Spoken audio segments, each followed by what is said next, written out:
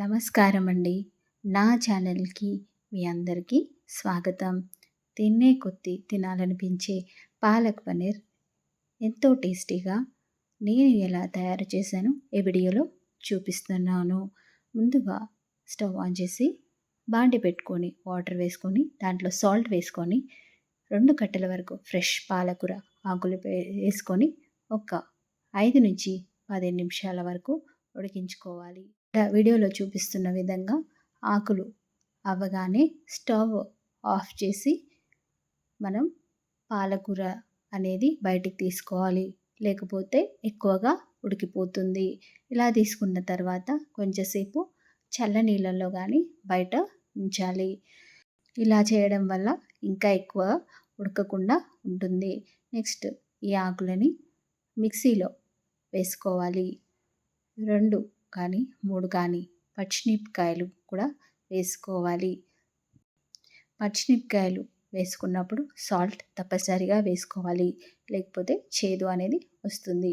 ఇది మెత్తగా గ్రైండ్ చేసి పక్కన ఉంచుకోవాలి. పావు కేజీ పన్నీర్ అయితే నేను ఇక్కడ తీసుకున్నాను. ఇవి సన్నని ముక్కలుగా స్లైసెస్గా కట్ చేసుకొని పక్కన పెట్టుకోవాలి. ఇక్కడ వీడియోలో చూపిస్తున్న విధంగా మెల్లగా తీసుకొని కట్ చేసుకొని పక్కన పెట్టుకోవాలి. వీటిని ఒక్కొక్కటిగా నూనెలో కానీ నెయ్యిలో కానీ వేయించవచ్చు. సో ఇక్కడ నూనెలో మాత్రం నేను వేయించాను. ఇక్కడ కొంచెం బ్రౌన్ కలర్ వచ్చే వరకు అయితే వేగించి పక్కన తీసుకోవాలి. మరీ మాడకుండా చూసుకోవడం మన బాధ్యతే. నెక్స్ట్ నూనెలోకి పెరుగును ఒక 2-3 స్పూన్ల వరకు తీసుకోవాలి. దాంట్లోకి కారం, పసుపు, ధనియాల పొడి, జీలకర్ర పొడి, గరం మసాలా పొడి కూడా యాడ్ చేసుకోవాలి. ఒక బాండీ పెట్టుకొని అందులో తగినంత నూనె వేసుకొని కట్ చేసి పెట్టుకున్న ఉల్లిపాయలు వేసుకోవాలి. అవి వేగిన తర్వాత అల్లం వెల్లుల్లి పేస్ట్ కూడా వేసుకొని వేయించుకోవాలి. తర్వాత పసుపు కూడా వేసుకొని ఒక 2 మినిట్స్ అడగంటకుండా వేగించుకోవాలి. తర్వాత మిక్సీ పట్టిన పాలకూర పేస్ట్ కూడా వేసుకొని కలుపుకోవాలి.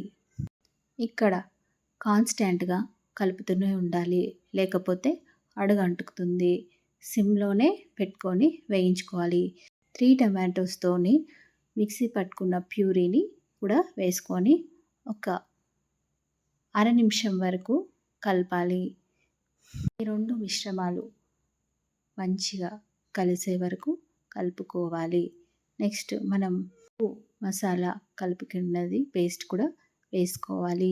ఇది వేసుకున్న తర్వాత ఒక అర నిమిషం వరకు అన్నీ కలిసేలాగా కలుపుకోవాలి. ఇలా కలుపుకోకపోతే అడుగు అనేది అంటుకుంటుంది. ఇలా మనకు విధంగా మసులుతున్నప్పుడు వేయించి పెట్టుకున్న పన్నీర్లు వేసుకొని మరొకసారి కలుపుకోవాలి. ఇలా కలుపుతుండగా నూనె పైకి తేలే వరకు మసలనివ్వాలి. ఇలా ఉడుకుతుంటే మనకు పన్నీర్కి కూడా మసాలా పట్టుకొని చాలా టేస్టీగా అయితే మనకు వస్తుంది. నెక్స్ట్ ఫ్రెష్ క్రీమ్ని వేసుకొని ఇంకొకసారి కలుపుకోవచ్చు, లేకపోతే నార్మల్గా అలాగే ఉంచవచ్చు. ఎంతో టేస్టీగా తినే కొద్దీ తినాలనిపించే ధాబా స్టైల్ పాలక్ పన్నీర్ రెడీ. వీడియోను చూసినందుకు ధన్యవాదాలు.